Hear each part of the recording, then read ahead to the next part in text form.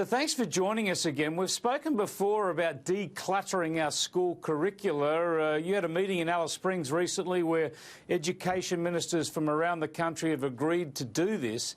Are we going to start to see some changes from next year? How long will it start to try and thin out and concentrate the school curriculum on the basics?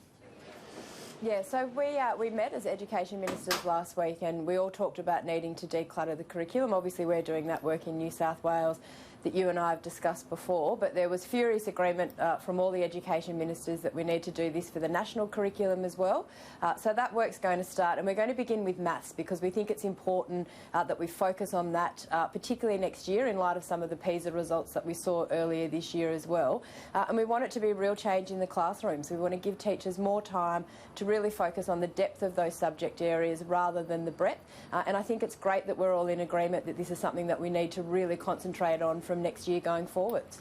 Those PISA results you referred to are ones that compare Australia's education outcomes with those around the rest of the world, and they show that we're going backwards relatively. Now, you've just had the HSC results come out in the last day or two. Is there anything in those results that's concerning, that's reflecting a decline in standards?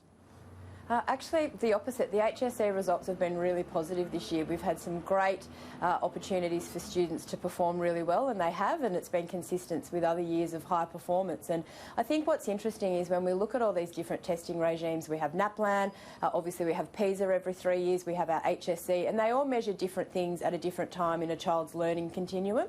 So I think we need to take into account what each of those data sets is telling us, what they actually measure, but how we need to use them to lift overall performance. So the HSC results have been really encouraging, but PISA clearly shows us that we need to have a better focus on maths and science in those earlier years of school, because that's the 15-year-old cohort that they're examining where we are seeing those drops, as you so rightly say.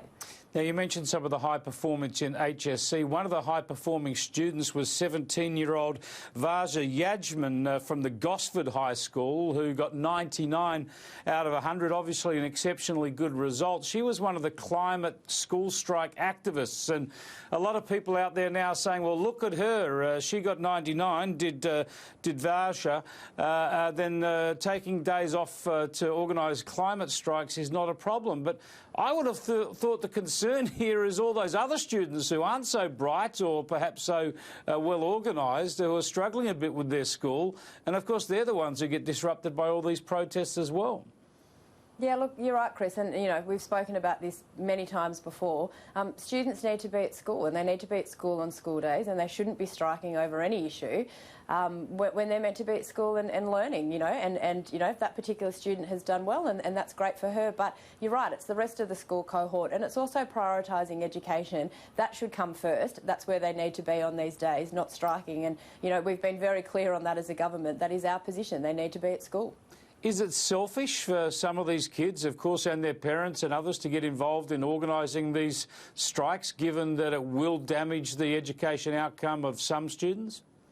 Yeah, well, we think they should be doing it outside of school hours, you know, and I've said that before. There's no reason if they want to strike over any issue that they can't do it on a Saturday morning or school holidays or you know, go and see their local MP or whatever it is they want to do to raise about an issue that they're passionate about. But, you know, I don't think they need to be doing it during school days. I've been very firm on that, and that continues to be my position. Now, speaking of climate, and as a Nationals MP, as a country politician, what are your views on the former fire chiefs and their campaigning on climate action? I've been saying for a long while that they are obviously climate campaigners rather than people getting out there to talk about bushfires. That's been exposed now, where the Climate Council and Tim Flannery are behind this group, advising them, pushing them along. Do you think that they are creating a distraction at the moment? Do you think that they're using the tragedy of bushfire to promote a political and environmental cause? Well, look, I think we need to look at all the policy issues around what's happening with the bushfires. But frankly, at the moment, we've got communities who are literally burning. You've got people who won't know whether they'll have a home to go back to at Christmas.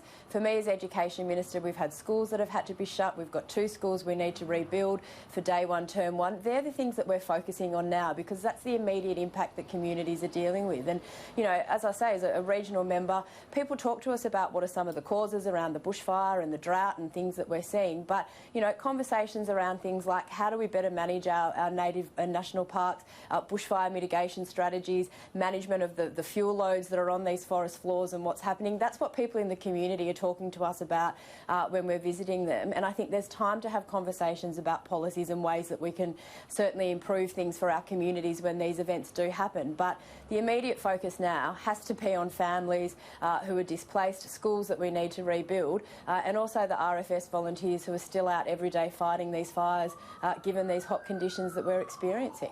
Well, at least some of the RFS volunteers, their volunteer association is complaining about this sort of activism. They want to talk about all the factors when it comes to bushfires, especially fuel load and hazard reduction. Yet you've got these former fire chiefs using their former positions to run what's obviously a political campaign.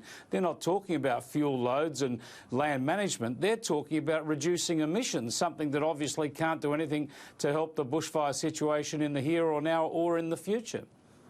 Yeah, well, that's why I said I think we need to be focusing on what's happening right now.